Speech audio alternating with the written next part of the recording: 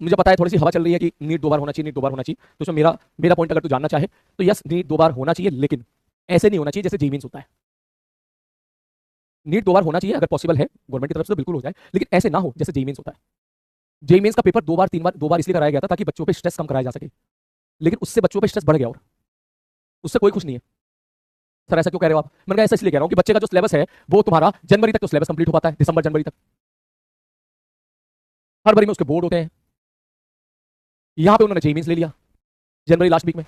20% बच्चों के साथ उनके तो प्रैक्टिकल मैच क्लैश कर जाते हैं स्कूल के साथ। कि सर हमारा 23 तारीख को प्रैक्टिकल है, 23 तारीख को मेरा जेईई मेंस का पेपर आ गया, अब मैं क्या करूं? प्रैक्टिकल ना दूंगा तो बोर्ड में फेल हो जाऊंगा। ना जाने कितने बच्चे ऐसे हैं, हमें तो मैसेज आते हैं ना। और अगर आप ड्रॉपर के बारे में सोचोगे तो जो बेचारे ड्रॉपर वाले बच्चे होते हैं, जो ड्रॉपर वाले बच्चे होते हैं, ठीक है, उनकी प्रिपरेशन कब स्टार्ट होती है बेचारों की? उनकी प्रिपरेशन स्टार्ट होती है जून से, क्योंकि मई तक तो वो पेपर ही दे रहे होते हैं। कोई एडवांस का पेपर दे रहा है, कोई एडवांस का रिजल्ट का वेट कर रहा है। जून के लिए जुलाई के लिए ऑफलाइन क्लास में तो जुलाई तक बैच बनते हैं, और फिर जनवरी में आपने जेईई मेंस ले लिया। इसका मतलब दिसंबर तक कोर्स खत्म करना है, तो बेचारों को कहां टाइम मिला यार? पता, जून जून तो गया, जुलाई अगस्त सितंबर अक्टूबर नवंबर दिसंबर, 6 महीने का समय मिलता है बेचारों को। ठीक से पढ़ भी नहीं पाते हैं 6 महीने में। तो खुद बता 11th 12th क्लास का सिलेबस 4 महीने 11th में लगते हैं, 2 महीने 12th में लगते हैं। मास्टर भी परेशान रहता है, बच्चे भी परेशान रहते हैं, लंबी लंबी क्लासेस लेनी पड़ जाती है। पूछोगे आप सब कुछ, छोड़ोगे कुछ भी नहीं, ठीक है। और जो है पेपर ले लोगे, बच्चों को समय तो दो कम से कम।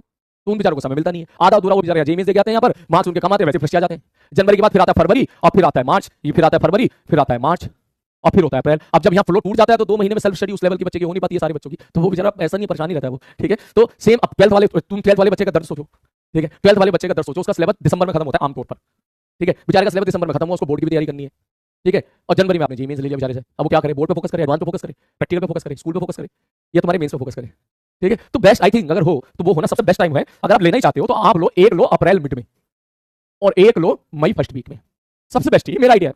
अप्रैल, सीधा अप्रैल मिड में लो, सबको पूरा पूरा मौका दे दो भाई। बोर्ड वालों को मौका दे दो, बेटा तू आराम से फरवरी में बोर्ड दे गया, आराम से दे गया, तू प्रैक्टिकल पे फोकस कर अपना बढ़िया तरीके से। फरवरी में बोर्ड दे गया, मार्च में तू अपना रिवीजन कर ले जितना तूने पूरा साल पढ़ा है, April first week second week में तू पेपर दे दे। और अगर तू तेरी तबियत खराब हो गई, तू सेंटर पे लेट पहुंच गया, तेरा कंप्यूटर खराब हो गया, तू पैनिक हो गया, ठीक है, तेरे सेंटर में कुछ मान के गड़बड़ी हो गई, लाइट चली गई, कुछ भी इशू हो गया, ठीक है, किसी ऐसी कारण वजह से तेरा पेपर बिगड़ गया कि तेरा टैलेंट बाहर निकल कर नहीं आया, तो कोई बात नहीं, तू 1 महीने के बाद या 3 वीक के बाद फिर दे ले पेपर, है ना। 2 पेपर का मतलब यही तो है ना कि टैलेंटेड बच्चा छूटना नहीं चाहिए। कोई ऐसा थोड़ी ना कोई बच्चा पूरे साल नहीं पढ़ा, ठीक है, और 3 महीने में ऐसा पढ़ लेगा कि ऐसा तो नहीं होता है, वो तो रेयर केस है। लाखों में कोई 2 4 बच्चे निकल गए, है ना। 2 पेपर का मतलब ये था ना कि आप अगर टैलेंटेड हो, आपने पूरे साल मेहनत करी है, आप सेंटर पे लेट पहुंच गए, आपकी ट्रेन लेट हो गई, आपकी ट्रेन कैंसिल हो गई, ठीक है, आप जाम में फंस गए, आपकी तबियत खराब हो गई, आप पैनिक कर गए, ठीक है, आपकी सेंटर पे जाके आप बेहोश हो गए, ऐसे भी तो होता था ना। आपका कंप्यूटर खराब हो गया, आपका कंप्यूटर आधा घंटा लेट स्टार्ट हुआ। कितने सारे बच्चे ऐसे होते हैं जिनका पेपर आधा घंटा कंप्यूटर लेट स्टार्ट होता है। मैं मेंस के बारे में कह रहा हूं, तो भैया आपका फेयर गेम होना चाहिए, आप टैलेंटेड हो तो आपको मौका मिलना चाहिए। तो ये रीजन था ना 2 अटेम्प्ट देने का।